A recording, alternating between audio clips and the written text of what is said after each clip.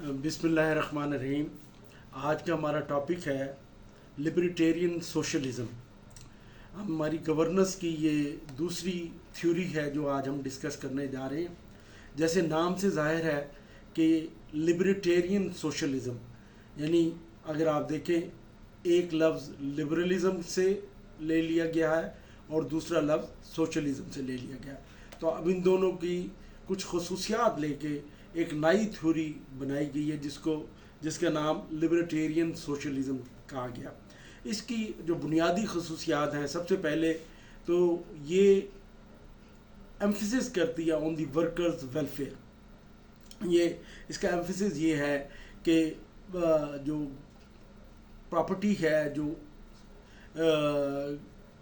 ملکیت ہے، وہ ریاست کی نہیں ہونی چاہیے نہ پرائیویٹ لوگوں کی ہونی چاہیے۔ ان اے وے یہ سوشلزم سے بھی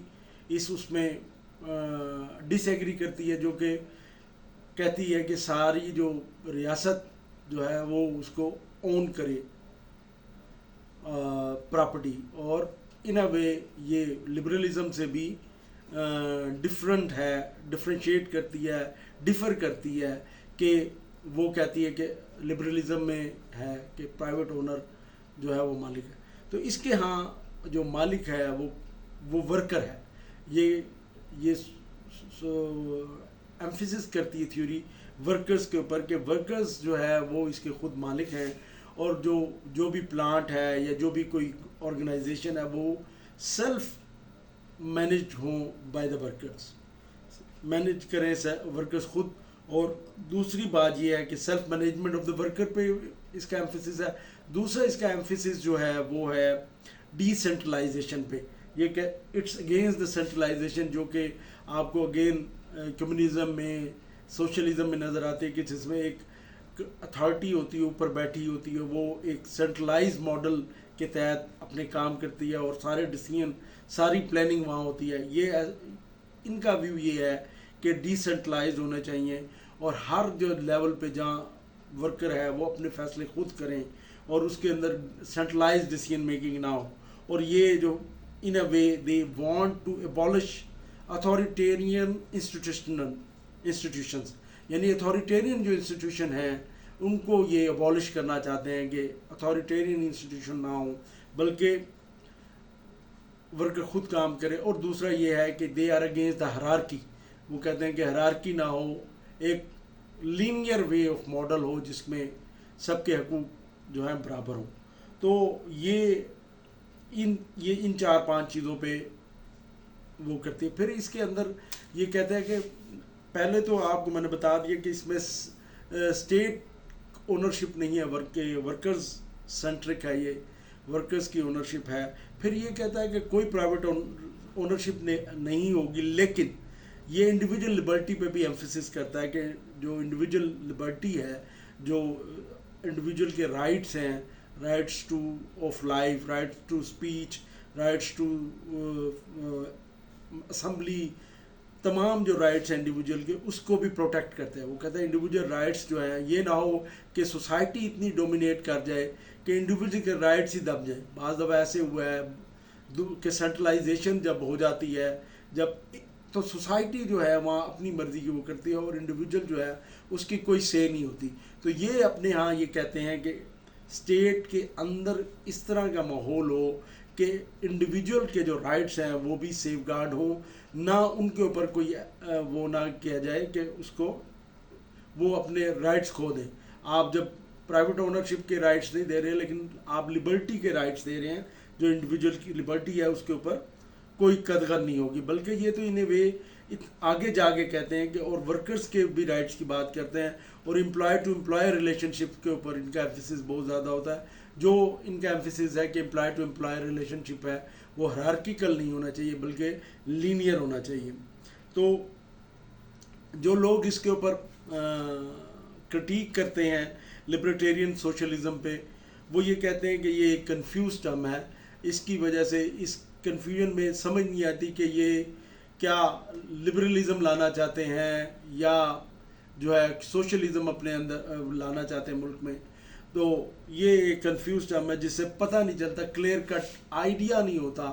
جس کو یہ پروپیگیٹ کیا جاتا ہے کہ ان کا مقصد کیا ہے، واٹ آر دیئر آئیڈیاز، اور یہ لانا کیا چاہتے ہیں، کس طرح یہ ملک کو چلانا چاہتے ہیں. تو ان کا سب سے بڑا جو ان کے اوپر کرٹیک ہے وہ کہتے ہیں یہ جو ہے نا کنفیوز تھیوری ہے. دوسری اس کے اوپر کرٹیک یہ ہے کہ یہ مشکل زبان استعمال کرتی ہے، کچھ الفاظ وہاں کے لے لیے ہیں ٹرمز، کچھ ٹرمز وہاں دوسری تھیوری سے لے کے اس کو کوئی مکس کر دیا اور اس کے اندر سے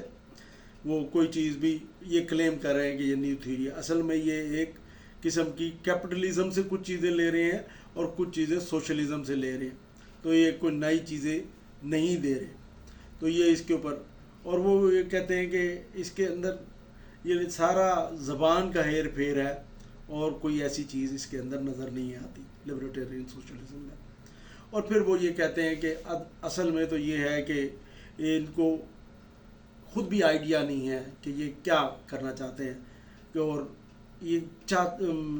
اس کے ان کے ذہن میں آئیڈیا کیا ہے. ایک جو فنش گڈ ہوتی ہے کہ کس قسم کی اسٹیٹ یہ ان کی آئیڈیل اسٹیٹ ہوگی، تو یہ بھی ان کے ہاں